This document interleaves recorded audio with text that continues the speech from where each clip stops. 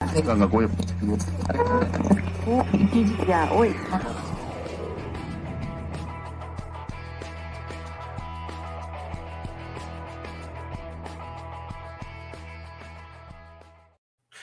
and welcome to Aftermath Mirror Fighting's Sunday morning show featuring me, myself, Martin Dorman, bringing you a quick recap of the action on Saturday night. Now, I'd love to say that I've chosen a vintage weekend to start this show.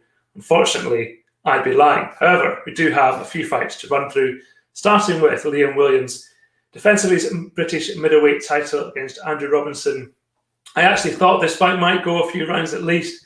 We would sort of see what Liam Williams has been working on and why he's the best middleweight in Britain and now knocking on the door of a world title shot.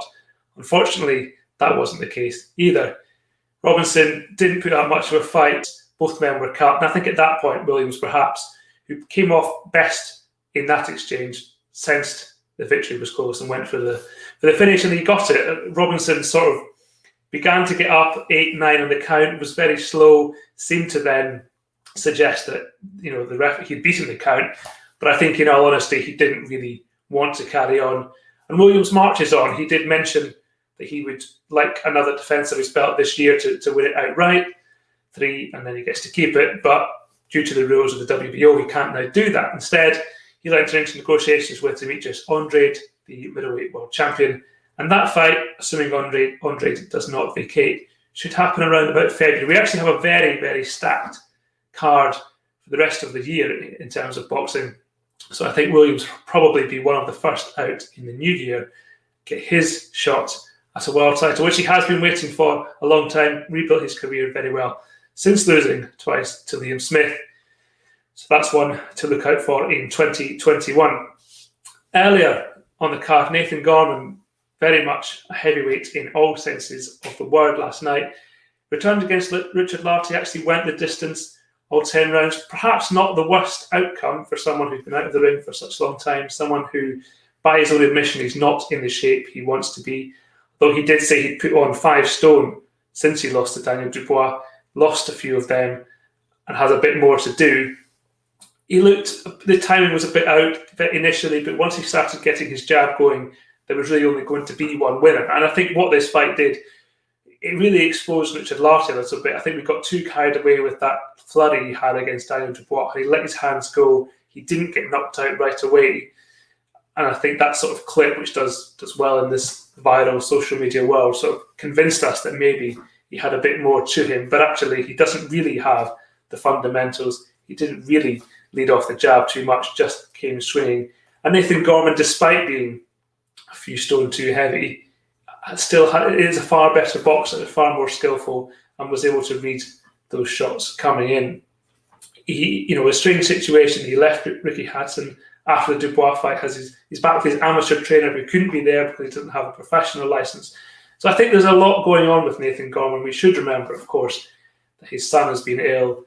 So I think probably the best thing to come out of last night for him was just mentally moving on from the Daniel Dubois defeat, coming back.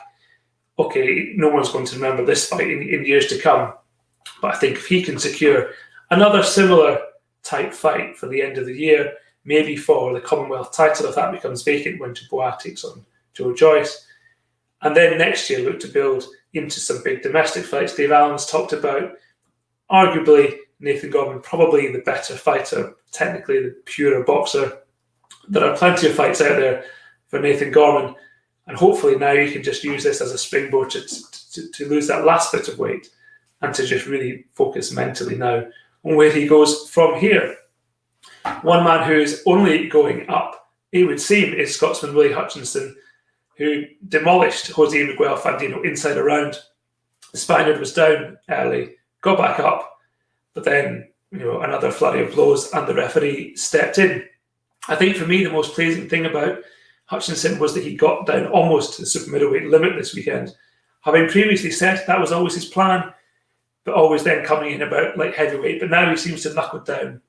He's got the nutrition on point, and I think he has such a big frame.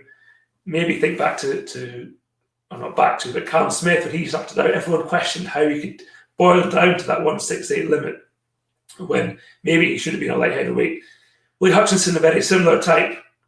And I think if he can stay at 168, big fights domestically for him, probably into next year now.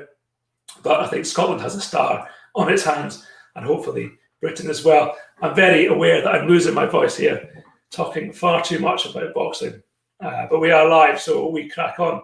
But actually, those were the main talking points from this weekend.